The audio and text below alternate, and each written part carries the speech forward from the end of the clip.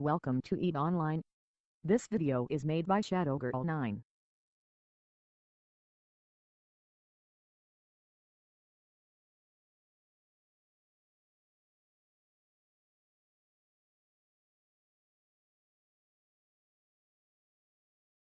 Hello and welcome to a new training video. Today we're going to be going through combat probes. We won't be going through scanning signatures, we'll just be going after ships. If you would like to know how to scan down signatures, just look up my videos and you'll see one that's more specialized to that in there. So to start off with, we will need a probe ship, probe launchers. We will need a expanded probe launcher for today, so here we go. Expanded probe launcher is just a T1. Combat probes will not fit in a core launcher, so it has to be expanded. And we've also just got some small rigs as well to increase the probe strength. To scan any object down, we're going to need a minimum of 4 probes. So here we go, there's 1, 2,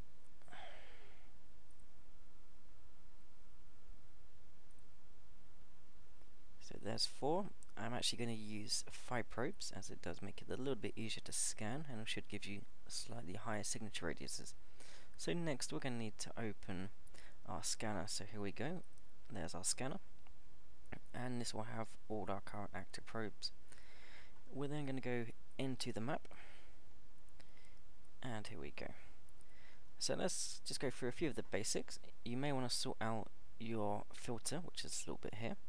You can have pre-fit filters, or you can get it to show all.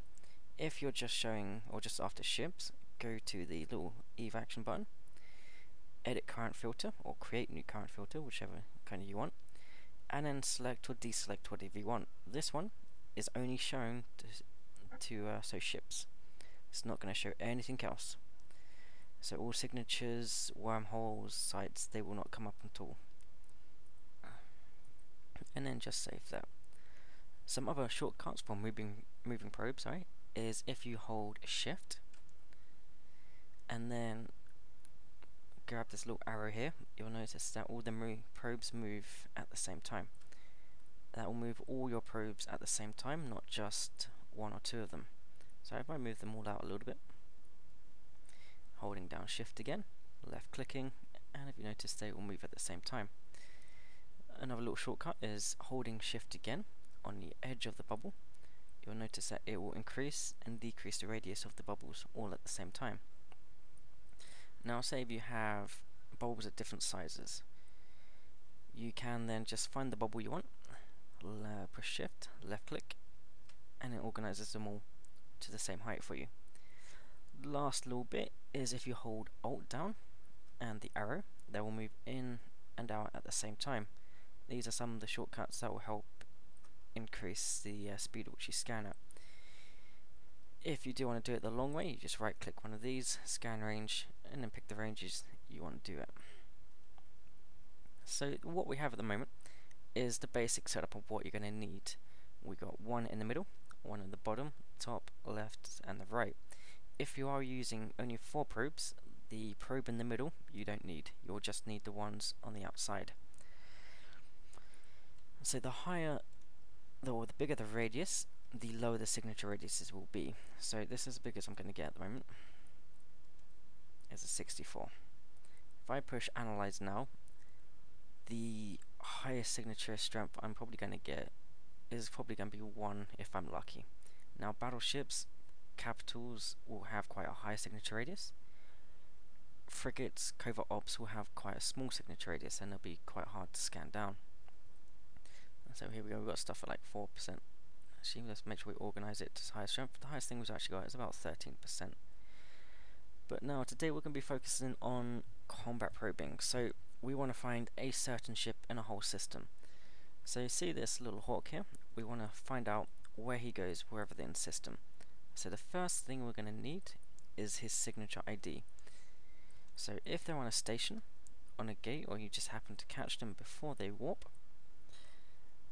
you want to try and get a fairly good scan of them. So we're going to put it on a fairly small radius, and we're going to click scan. And that should take about 8 or so seconds, and then what I'm looking for is his signature ID. This is for his ship. So here we go. What we have here is the IDs. Scan groups, types, signature radius, and the distance as well. So we were after this hawk. So let's go down the list. Let's see if we can find a hawk. Here we go. We have a hawk. This hawk is 230 km away. It's close enough because we are moving as well. And his signature ID is UNQ. So that signature ID will stay the same throughout the whole system. So as long as they stay in that ship, we'll be able to find them. Now, I have a funny feeling this little hawk's going to now warp off to a safe spot. Here we go. And voila, it's magically disappearing off to a little planet, safe spot, whatever. It could be going anywhere. So what we're going to do is we're going to try and find it. So we now have its signature ID. So I can just put it on a system-wide scan. So I've got the whole system in there. I'm now going to click Analyze. Now signature IDs will change at downtime as well. So even if they don't leave the system, if downtime is in the middle with when you started to when you finished, it will change. So you will have to rescan it again after downtime. So the fastest way is we're going to sort this by ID. And the one I believe we're after is UNQ. So we're just going to go through the list. Here we go. UNQ. I'm going to right click. I can ignore this result, or I can ignore all other results. This is the only result I'm interested in. And if we notice, he's currently sitting in the middle of nowhere. So I'm going to make my probes a little bit smaller. I'm going to push Alt, move them all in. And I'm going to put the middle probe on top of it. And I'm going to re-click Analyze. So it'll take about another 8 seconds to probe down. So signature IDs are great because it's guaranteed to get you the same one every time. If you go to Jitter and you struggle to find the ship, or like in a mission hub, it's a lot faster to find the ship this way. As you notice, some more ships have actually popped up on my review here. So even though I clicked Ignore All, or Ignore Other Results, it will only ignore the other results it scanned down at that time. So anything that warps in after that will then be added to the list. So I'm just going to right click it again, ignore other results. Okay, it's moved over a little bit, so we're going to make the probes a little bit smaller, shift, move them all in, and move it back on top. Just make sure it is level, so it's down a little bit as well. So I'm going to move the probes down, and then we're going to click Analyze.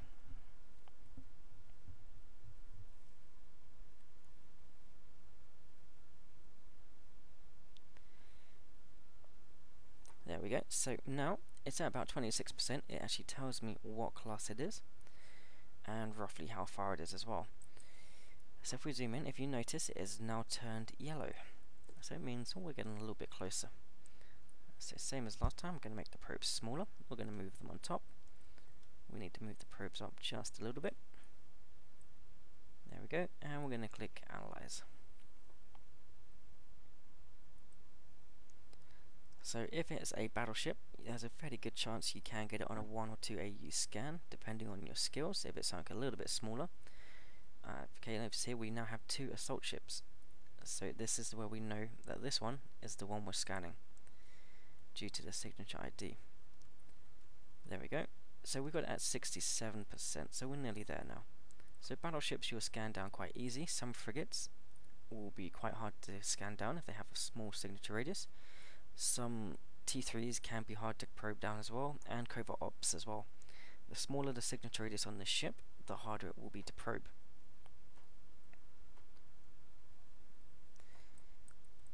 So here we go. Now we have the assault ship, Hawk, 100%, and also the distance.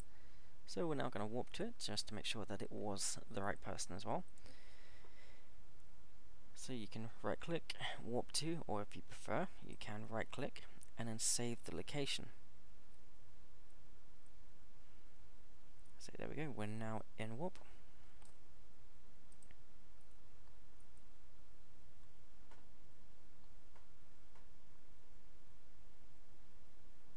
And here we go, there's our Hawk sitting at a safe spot, a couple 100 km from the nearest object.